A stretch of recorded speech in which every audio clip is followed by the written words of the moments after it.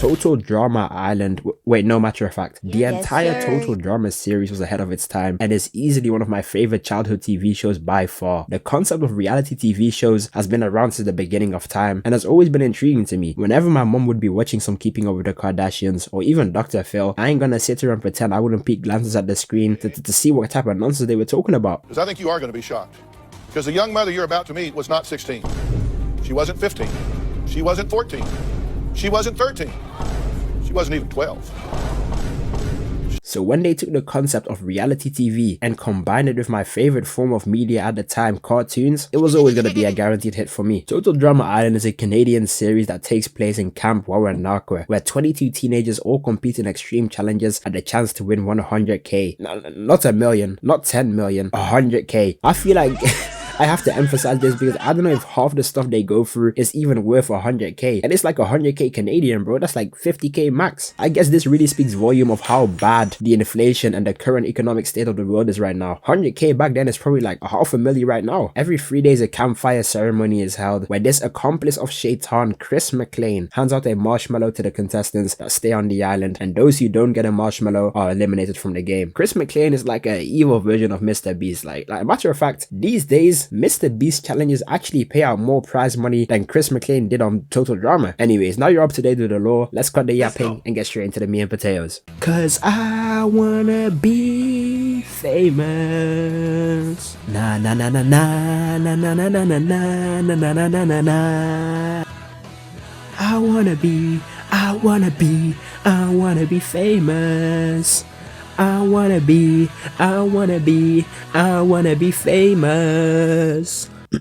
Yeah, I'm sorry. You know I had to. We get to meet the first contestant and Chris McLean has already started the mind games because he told them they would be staying at a 5-star all-inclusive resort. We got Beth, a nerdy, socially awkward girl. We got DJ, a token black guy that looks like he benches 400 for reps. We got Gwen, and let me tell you something about Gwen. 10-year-old me had the biggest crush on her. Matter of fact, we can blame the Cartoon Network for the goth baddie epidemic because all these characters single-handedly rewired the brains of thousands of prepubescent children. We got Jeff, a token blonde white frat guy. We got Lindsay, a token snow bunny who's extremely stupid. We got Heather, a feisty evil baddie. It wasn't my personal cup of tea, but I know some of you guys started developing attractions towards toxic women all because of her. Then we got Duncan, the man that was oral farming before oral farming even existed. He was a troublemaker that was on parole from juvie, and you're lying if you didn't think he was one of the coolest in the show back then. We got Tyler, that one athletic kid that made the varsity one time and now wears his uniform everywhere he goes. He probably still goes to the school football games despite already having graduated. We got Harold, the socially inept nerdy guy that's actually kinda chill once you get to know him. We got Trent, the performative male final boss. This man plays guitar, listens to Lefe, and drinks matcha like it's water. We got Bridget, a blonde surfer chick that looks like she's part of the popular girls but is actually pretty cool once you get to know her. We got Noah, a smug shut-in that pretends to know more than he does. We got Lashana, some more black representation, and she had no reason to be bird like this in a kids TV show. We got the two annoying hot Cheeto girls, Sadie and Katie. We got the local crackhead Ezekiel. This is the guy that hasn't gone outside in decades and has no people skills. We got Cody, the guy who got bullied as a kid and has decided to change up his whole personality after being put into a new environment. He's like a worse version of Trent. We got Ava, a Russian muscle girl. We got Owen, that one fat guy who's chill with everyone and no one really hates. He has that real golden retriever energy. This is the type of people you want around you low-key. We got Courtney, and she's the perfect archetype of that one light-skinned girl that everyone swears ruined their life. We got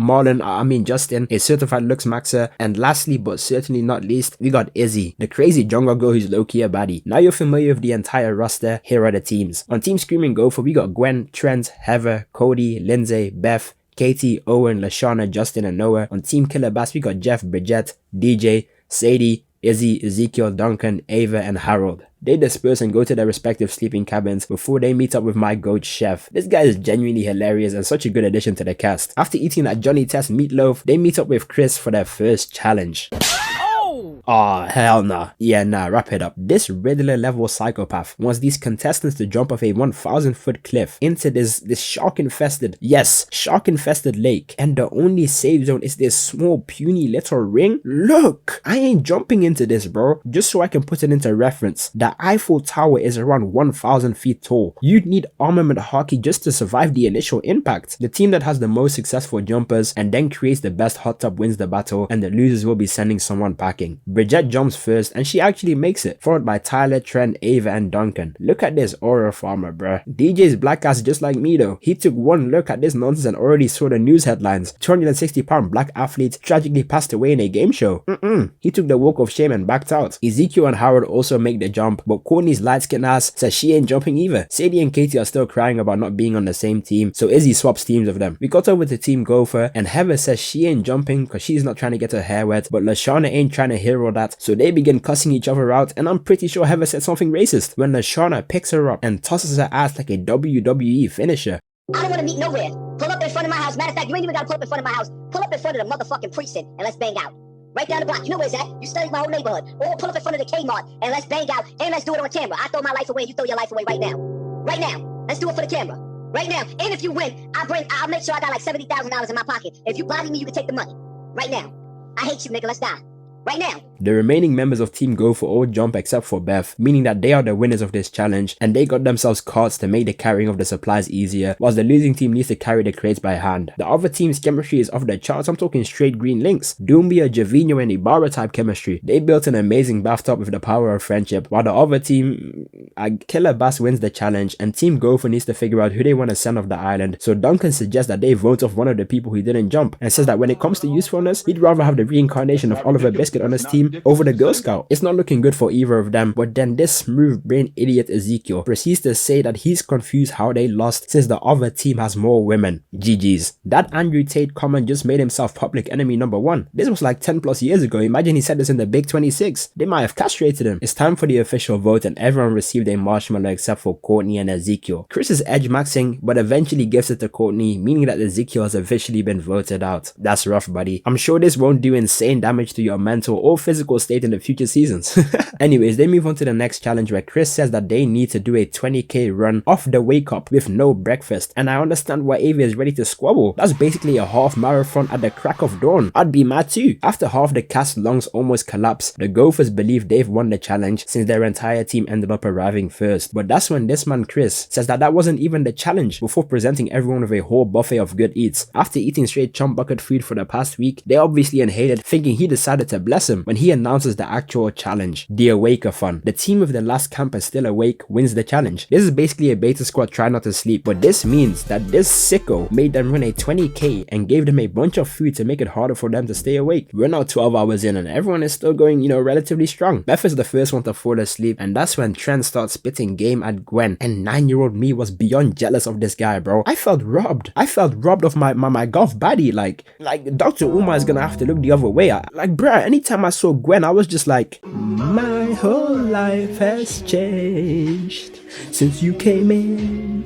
I knew back then you were the special one. I'm so in love, so deep in love. They end up interviewing Heather and she wants to find 2 people to form an alliance with. Long story short, she thinks she's Ayana Koji and can metagame her way into the final, so she decides to pick Beth and Lindsay as her new lackeys. 24 hours go by and the score is 9-7 for the Gophers when this man Tyler begins straight up hallucinating, and I feel you, bro. I truly do. After I came back from my holiday in Japan, I have no joke been suffering from borderline insomnia, and whenever I stay awake for over 24 hours, I start seeing some weird shit, man. Chris decides to up the difficulty and begins reading them some fairy tale manga to help them fall asleep. Yo, I should try this too. We are now 40 hours in and it's 4-4. Trent and Gwen are keeping each other awake by flirting with each other when this man Owen sleepwalks past the screen butt booty naked into the forest, never to be seen again. I'm sure he'll be alright. Jiggle a bang, fuck a time, wibble a doogie. Suck it a bang, suck it a gang, fuck it a doogie.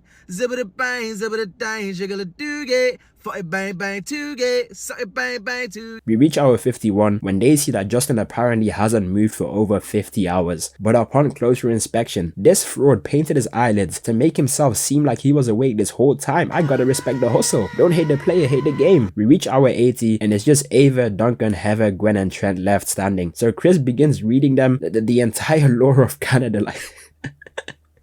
I don't know why this made me laugh. It's such a stupid joke. Ava, Heather, and Trent crunk out, so it's just Gwen versus Duncan. Duncan says he's gonna take a quick piss when bro passes out on the community toilet, making Gwen the official winner. Damn. Whilst everyone is trying to get more sleep, Ava turned the entire campsite upside down because she lost the MP3 player, but we saw that Heather stole it early in the episode and now ends up returning it, claiming she found it somewhere, making everyone hate Ava. Hey, that's 200 IQ, I'm not even gonna cap. So when the time came for the killer bass to vote someone out, they obviously decided to boot Ava. Hey, I said it before, I'd be goated on these types of game shows. The strategy is, you gotta be liked enough by everyone, but also not become too popular that everyone sees you as a threat. Like, you really gotta be blending in with the crowd and play your cards close to your chest until like the final rounds. Basically like Kuroko from Kuroko's Basketball. Let me know your strategy in the comments on how you would win Total Drama. But yeah, I feel like this is a solid revival video for this channel. I'm gonna post a bunch of random content, but mainly cartoon content on this channel where like I just yap away and talk about different stuff I don't really think fits the vibe of the main channel. If there's anything you want to see on here, let me know, and make sure you subscribe both on here and on the second channel. And hey, you know the deal. If we get to 10k on this channel, I'll make a long form avatar video, like a super long one. But yeah, that's it from me. Peace. YouTube thinks you like this video on screen next, so check it out.